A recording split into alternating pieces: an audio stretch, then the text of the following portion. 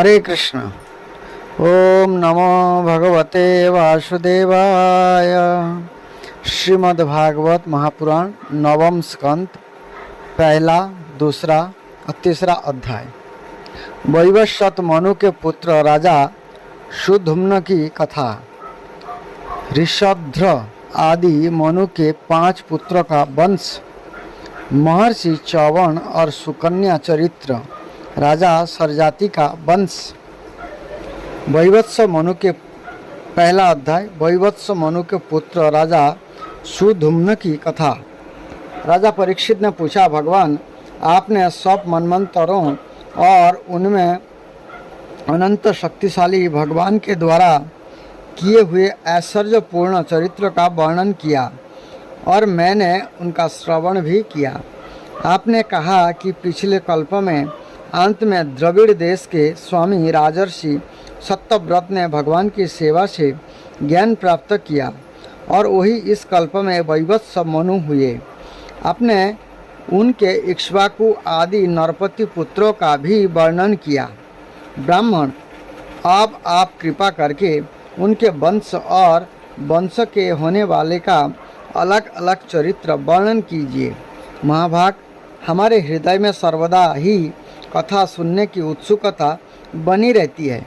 वैवस्वत मनु के वंश में जो हो चुके हैं, इस समय विद्यमान हो और आगे होने वाले हो, उन सब पवित्र कीर्ति पुरुषों का महापराक्रम का वर्णन कीजिए। सूत जी कहते हैं, सनक आदि ऋषियों, ब्रह्मवादी ऋषियों की सभा में राजा परीक्षित ने जब यह प्रश्न किया, तब धर्म के परम मर्मज्ञ भगवान श्री सुखदेव जी ने कहा, परीक्षित, तुम मनुवंश का वर्णन संक्षेप में सुनो। विस्तार से तो सैकड़ों वर्षों में भी इसका वर्णन नहीं किया जा सकता। जो परम पुरुष परमात्मा छोटे बड़े सभी प्राणियों के आत्मा है, प्रलय के समय केवल वही थे। यह विश्व तथा और कुछ भी नहीं था। महाराज, उनकी नाभि से एक सुवर्णमय कमल कोश प्रकट हुआ। उसी में चतुर्मुख ब्रह्मा जी का आविर्भाव हुआ। ब्रह्मा जी के मन से मरीचि और मरीचि के पुत्र कश्यप हुए। उनकी धर्मपत्नी दक्षनंदिनी अदिति से विवस्वान सूर्य का जन्म हुआ।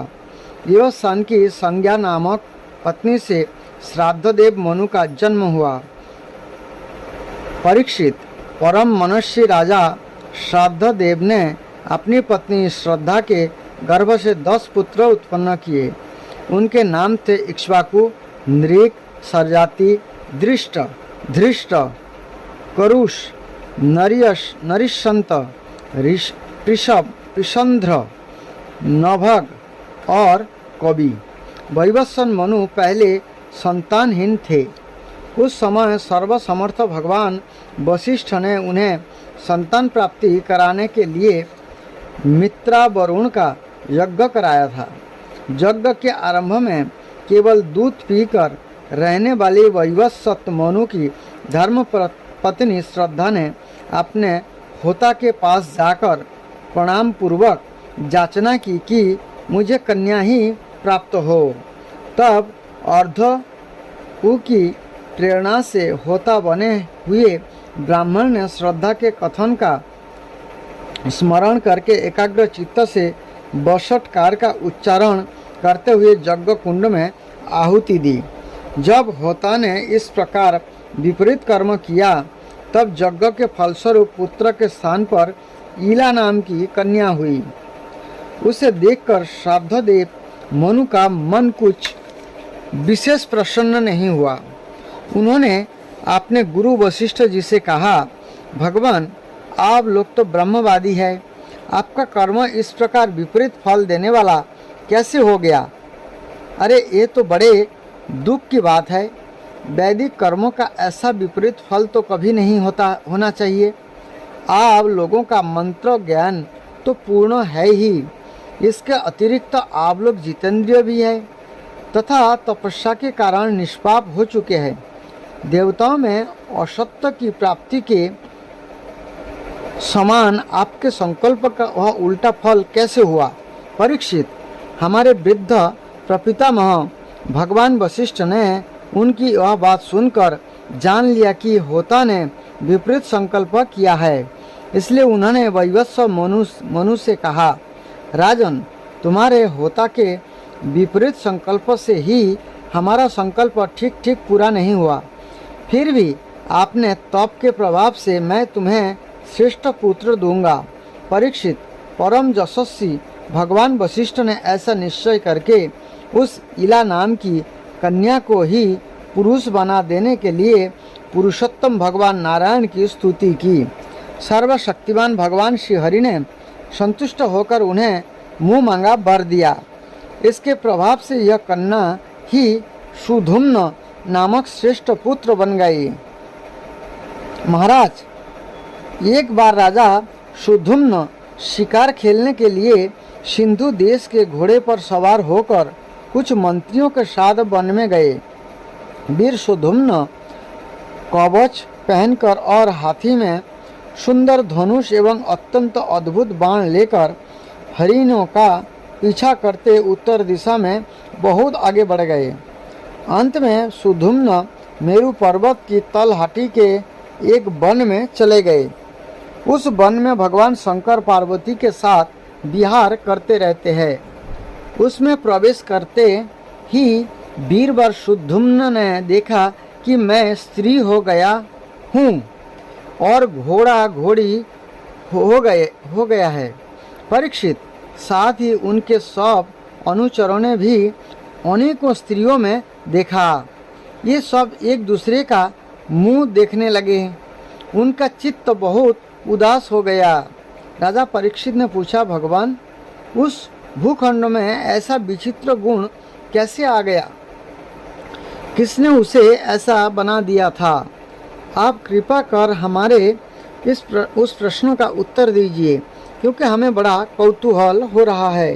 श्री सुखदेव जी ने कहा, परीक्षित, एक दिन भगवान शंकर का दर्शन करने के लिए बड़े बड़े व्रतधारी ऋषि अपने तेज से दिशाओं का अंधकार मिटाते हुए उस वन में गए।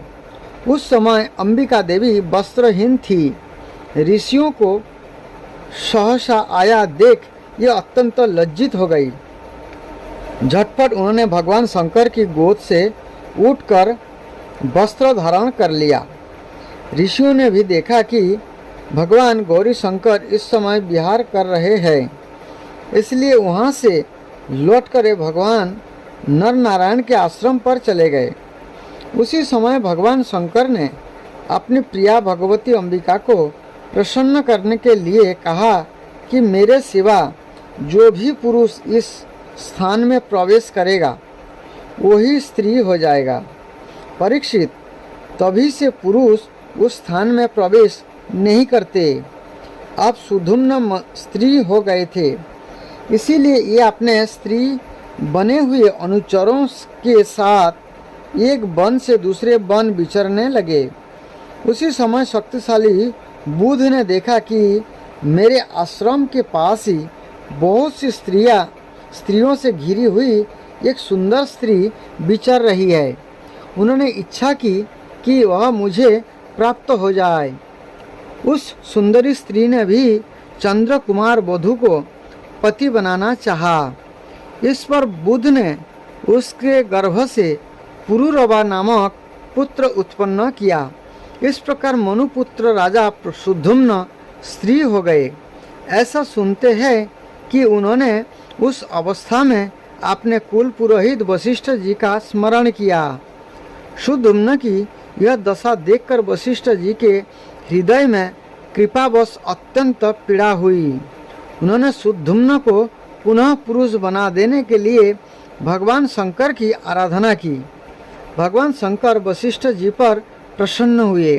परीक्षित, उन्होंने उनकी अभिलाषा पूर्ण करने के लिए अपनी वाणी को सत्य रखते हुए ही वह बात कहे, वशिष्ठ, तुम्हारा यह जजमान 1 महीने तक पुरुष रहेगा और 1 महीने तक स्त्री। इस अवस्था से सुधुम्न इच्छा अनुसार पृथ्वी का पालन करे। इस प्रकार वशिष्ठ जी के अनुग्रह से व्यवस्था पूर्वक अभिष्ट पुरुषत्व लाभ करके सुधुम्न पृथ्वी का पालन करने लगे, परंतु प्रजा उनका अभिनंदन नहीं करती थी। उनके 3 पुत्र हुए, उत्कल, गय और विमल। परीक्षित ये सब दक्षिण पथ के राजा हुए। बहुत दिनों के बाद वृद्धावस्था आने पर प्रतिष्ठान नगरी के अधिपति सुधुम्न ने अपने पुत्र पुरुरवा को राज्य दे दिया और स्वयं तपस्या करने के लिए वन की यात्रा की। दूसरा अध्याय, ऋषभ आदि मनु के 5 पुत्रों का वंश। श्री सुखदेव जी कहते हैं, परीक्षित, इस प्रकार जब सुधुम्न तपस्या करने के लिए वन में चले गए, तब वैवस्व मनु ने पुत्र की कामना से यमुना के तट पर 100 वर्ष तक तपस्या की। इसके बाद उन्होंने संतान के लिए सर्वशक्तिमान भगवान श्री हरि की आराधना की और अपने ही समान 10 पुत्र प्राप्त किए, जिनमें सबसे बड़े इक्ष्वाकु थे। उन मनु पुत्रों में से एक का नाम था पिसोध्र। गुरु वशिष्ठ जी ने उसे गायों की रक्षा में नियुक्त कर रखा था। अतः और रात्रि के समय बड़ी सावधानी से विरासन से बैठा रहता और गायों की रक्षा करता। एक दिन रात में वर्षा हो रही थी। हरे कृष्ण। एक दिन रात में वर्षा हो रही थी। उस समय गायों के झुंड में एक बाघ घुस आया। उससे डरकर सोई हुई गौएं उठ खड़ी हुई, एक गौशाला में ही इधर उधर भागने लगी। बलवान बाघ ने एक गाय को पकड़ लिया। यह अत्यंत भयभीत होकर चिल्लाने लगी।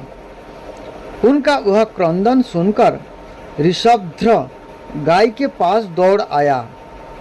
एक तो रात का समय और दूसरा घनघोर घटाओं से आच्छादित होने के कारण तारे भी नहीं दिखते थे। उसने हाथों में तलवार उठाकर अनजान में ही बड़े वेग से गाय का सिर काट दिया। यह समझ रहा था कि वही बाघ है। तलवार की नोक से बाघ का भी कान कट गया। वह अत्यंत भयभीत होकर रास्ते में खून गिराता हुआ वहाँ से निकल भागा।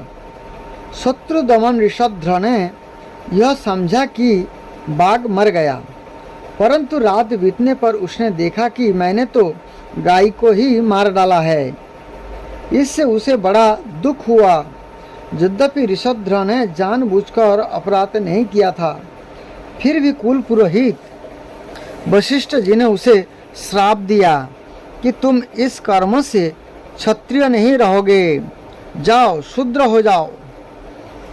ऋषभध्र ने अपने गुरुदेव का यह श्राप अंजलि बांधकर स्वीकार किया और इसके बाद सदा के लिए मुनियों को प्रिय लगने वाले नैष्ठिक ब्रह्मचर्य व्रत को धारण किया।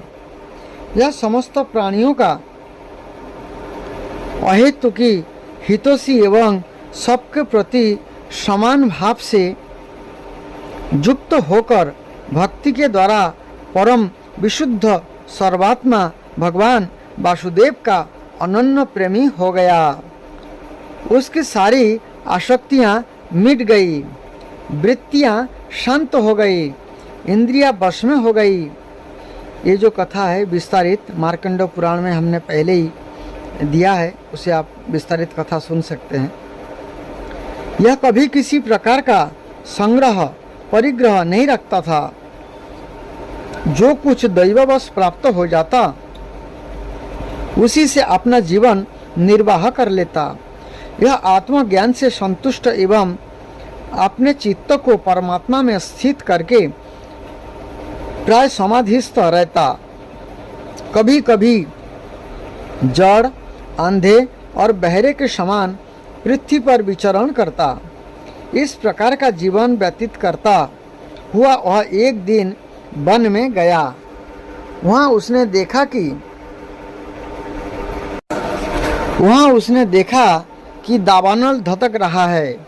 मननशील ऋषभध्र अपनी इंद्रियों को उसी अग्नि में भस्म करके परब्रह्म परमात्मा को प्राप्त हो गया। मुनि का सबसे छोटा पुत्र था कवि। विषयों से वह अत्यंत निष्प्रिय था। यह राज्य छोड़कर अपने बंधुओं के साथ वन में चला गया और अपने हृदय में स्वयं प्रकाश परमात्मा को विराजमान कर किशोर अवस्था में ही परम पद को प्राप्त हो गया। मनुपुत्र कुरुष से कारुष नामक क्षत्रिय उत्पन्न हुआ। ये बड़े ही ब्राह्मण भक्त, धर्म प्रेमी एवं उत्तरापद के रक्षक थे। धृष्ट के धृष्ट नामक क्षत्रिय हुए। अंत में ये इस शरीर से ही ब्राह्मण बन गए। नृक का पुत्र हुआ सुमति, उसका पुत्र भूत ज्योति और भूत ज्योति का पुत्र वसु था। वसु का पुत्र प्रतीक और प्रतीक का पुत्र ओघोबान। ओघोबान के पुत्र का नाम भी ओघोबान ही था। उनके एक अघोवती नाम की कन्या भी थी, जिसका विवाह सुदर्शन से हुआ। मनुपुत्र नरिशंत से चित्रसेन, उससे ऋक्ष से मीड़वान, मीड़वान से कुर्च और उससे इंद्रसेन की उत्पत्ति हुई। इंद्रसेन से बीतिहोत्र, उससे सप्तश्रवा, सप्तश्रवा से उरुश्रवा और उससे देवदत्त की उत्पत्ति हुई। देवदत्त के अग्निवेश नामक पुत्र हुए, जो स्वयं अग्निदेव ही थे। आगे चलकर ये ही कहानी एवं महर्षि जातुकर्ण के नाम से विख्यात हुए। परीक्षित, ब्राह्मणों का अग्नि बेशायन गोत्र उन्हीं से चला है। इस प्रकार नरिशंत के वंश का मैंने वर्णन किया। आप दिष्ट का वंश सुनो। दिष्ट के पुत्र का नाम था नाभाग।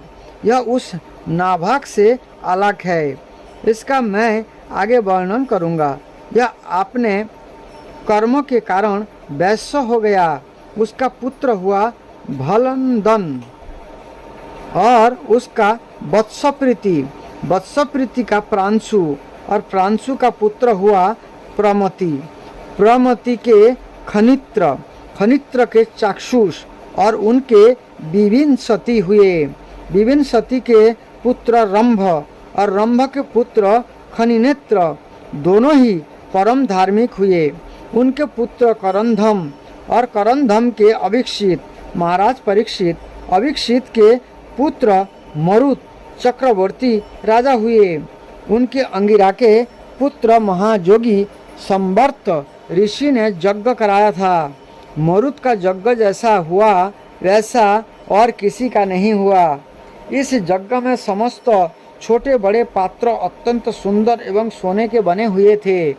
उस यज्ञ में इंद्र सोमपान करके मत वाले हो गए थे और दक्षिणाओं से ब्राह्मण तृप्त हो गए थे।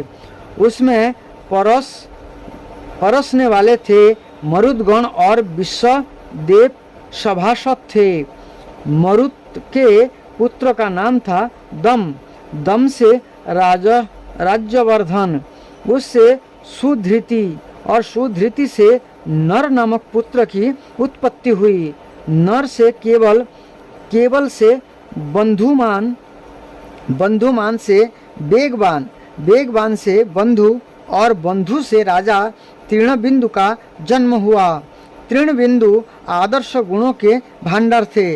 अप्सराओं में श्रेष्ठ अलम्बुसा देवी ने उनको वरण किया, जिससे उनके कई पुत्र और बीडा नाम की एक कन्या उत्पन्न हुई।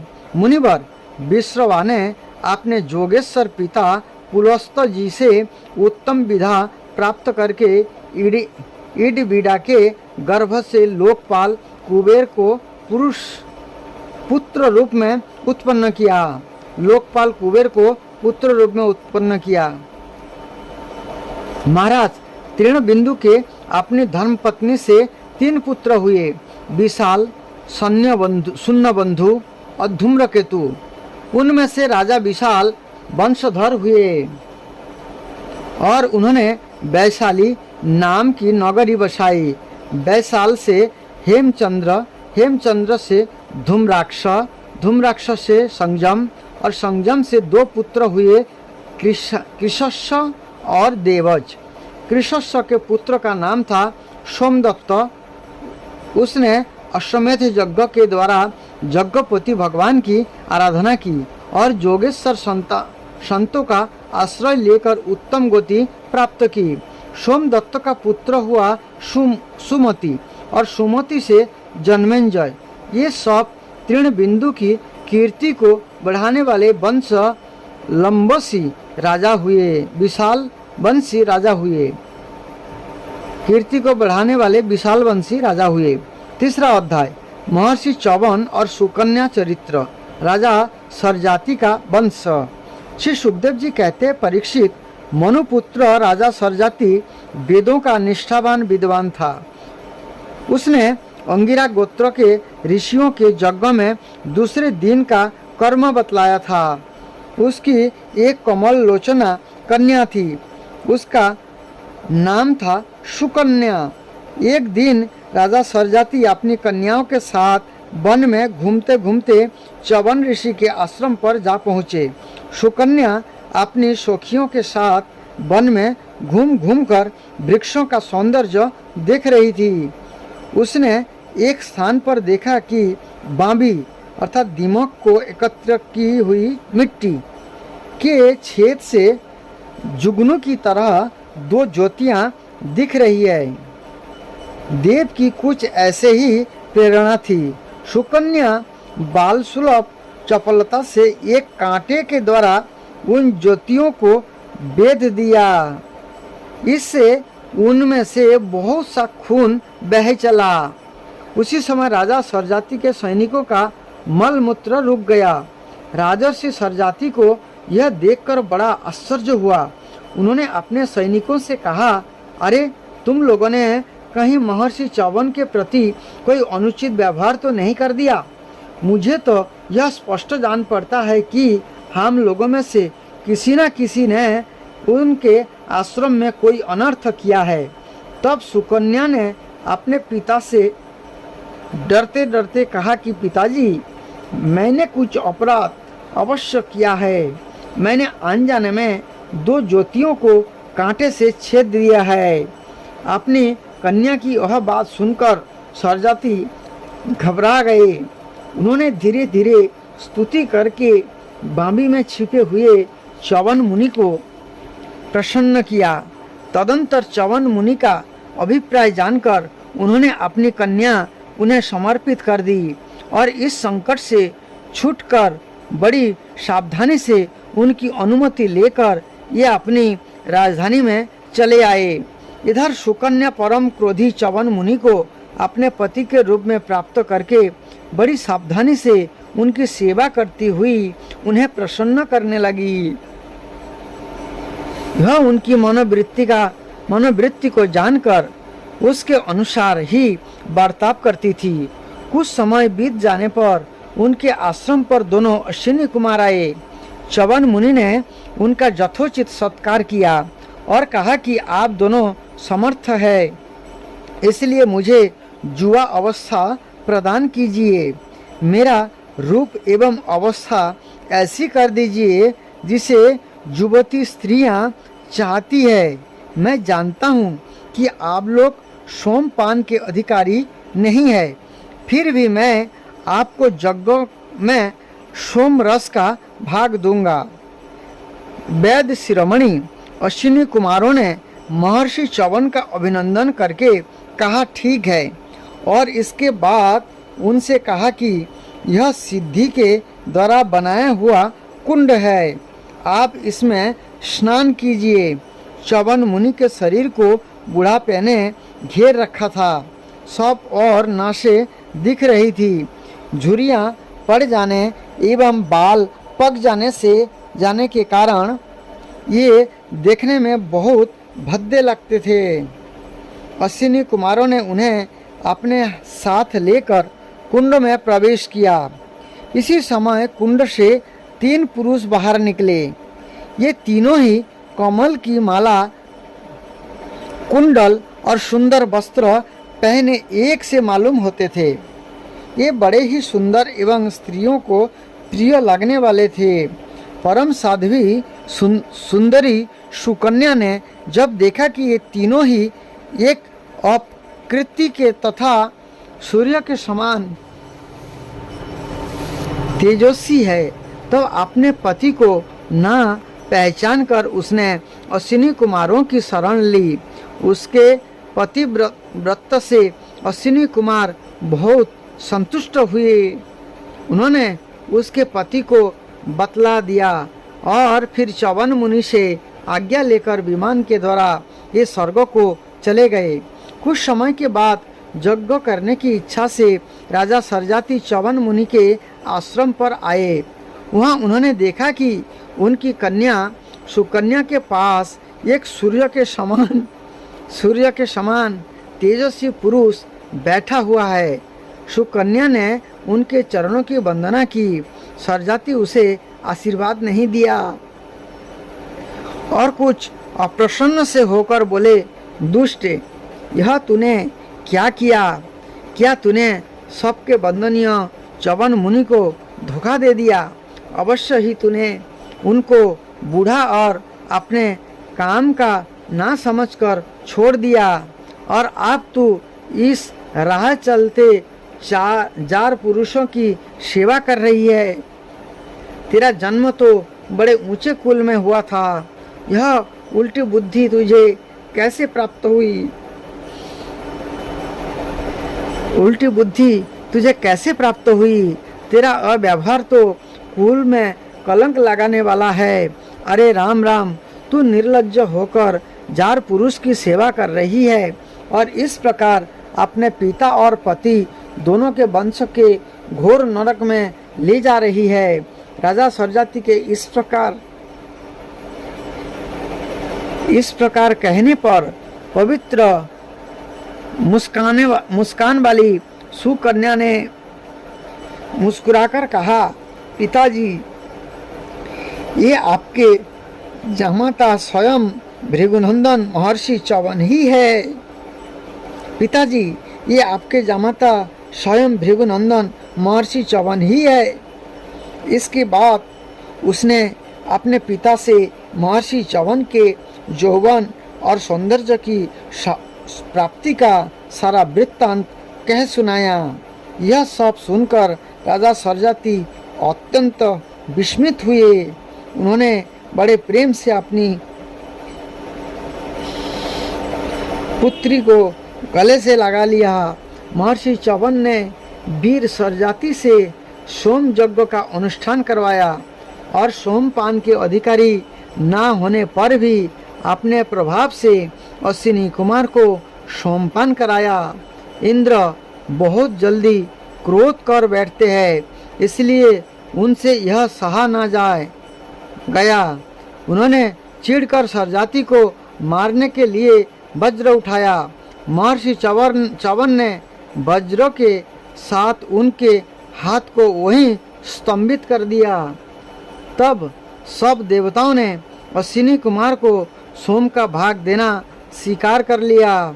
उन लोगों ने वैध होने के कारण पहले अश्विनी कुमार का सोमपान से बहिष्कार कर रखा था। जो अश्विनी कुमार है वो स्वर्गलोक में वैद्य का काम करते, अर्थात डॉक्टर है। तो डॉक्टर को जो है वो लोग सोम रस का पान नहीं कराते थे, उनके यज्ञ का भाग नहीं देते थे, क्योंकि उनको नीचा दृष्टि से देखा जाता है। जो डॉक्टर होते हैं उनको नीच दृष्टि से देखा जाता है, जबकि हमारे यहाँ पर भगवान को डॉक्टर समझा जाता है, जबकि स्वर्गलोक में इनको नीच दृष्टि से देखा जाता है, क्योंकि वैद्य है, ये लोगों को ठीक करता है और साथ में धन कमाता है, इसीलिए इनको बहुत नीच दृष्टि से देखा जाता है। लेकिन च्यवन मुनि ने उनको बराबर स्थान दिलवाया। परीक्षित, सरजाति के 3 पुत्र थे, उत्तनवही, अनर्त और भूरिसेन। अनर्त से रेवत हुए। महाराज रेवत ने समुद्र के भीतर कुस्थली नाम की एक नगरी बसाई थी। उसी में रहकर ये अनर्त आदि देशों का राज्य करते थे। उनके 100 श्रेष्ठ पुत्र थे, जिनके सबसे बड़े थे कुकुम्भी, ककुदमी, जिनके सबसे बड़े थे ककुदमी। ककुदमी अपनी कन्या रेवती को लेकर उसके लिए वर पूछने उद्देश्य से ब्रह्मा जी के पास गए। कुकुदमी के पुत्री का नाम है रेवती। वही रेवती है जो बलराम जी के पत्नी रेवती बने। तो पूछने के उद्देश्य से उन्होंने ब्रह्मा जी के पास चले गए, क्योंकि उस समय इतना शक्ति था, वो अपने बल से ब्रह्मा जी के लोक चले गए। उस समय ब्रह्मलोक का रास्ता ऐसे लोगों के लिए बेरोक टोक था। ब्रह्मलोक में गाने बजाने की धूम मची हुई थी।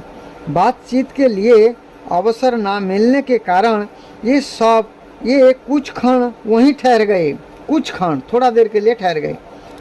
उत्सव के अंत में ब्रह्मा जी को नमस्कार करके उन्होंने अपना अभिप्राय निवेदन किया। कौन? कुकुदमी। उनकी बात सुनकर भगवान ब्रह्मा ने हंसकर उनसे कहा, महाराज, तुमने अपने मन में जिन लोगों के विषय में सोच रखा था, ये सब तो काल के गाल में चले गए। अब उनके पुत्र पौत्र अथवा नातियों की तो बात ही क्या है, गोत्रों के नाम भी नहीं सुनाई पड़ते। मतलब इतना समय बीत गया है, ये जो थोड़ा सा समय था ब्रह्मलोक में, इतना समय बीत गया, बोलते उनके तो गोत्रों का भी कोई नाम नहीं है, इतना समय बीत गया। इस बीच में 27 चतुर्युगों का समय बीत चुका था। 27 चतुर्युग तो कितना होगा? 43 लाख वर्ष इंटू 27, इतना समय बीत चुका था। वही थोड़ा सा समय। इसीलिए तुम जाओ। इस समय भगवान नारायण के अंश अवतार महाबली बलदेव जी पृथ्वी पर विद्यमान है। महाबली बलदेव जी, स्वयं बलराम जी जो उस समय विद्यमान थे, उस समय लीला हो रहा था, द्वापर युग था।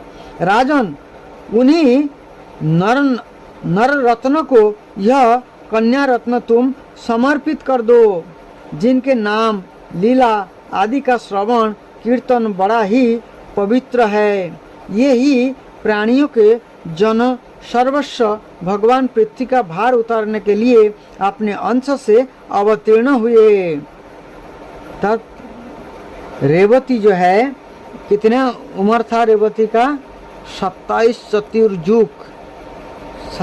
चतुर्युग रेवती का उम्र था, और वो बलराम जी को शादी की। राजा कुकुदमी ने ब्रह्मा जी का यह आदेश प्राप्त करके उनके चरणों की वंदना की और अपने नगर में चले आए।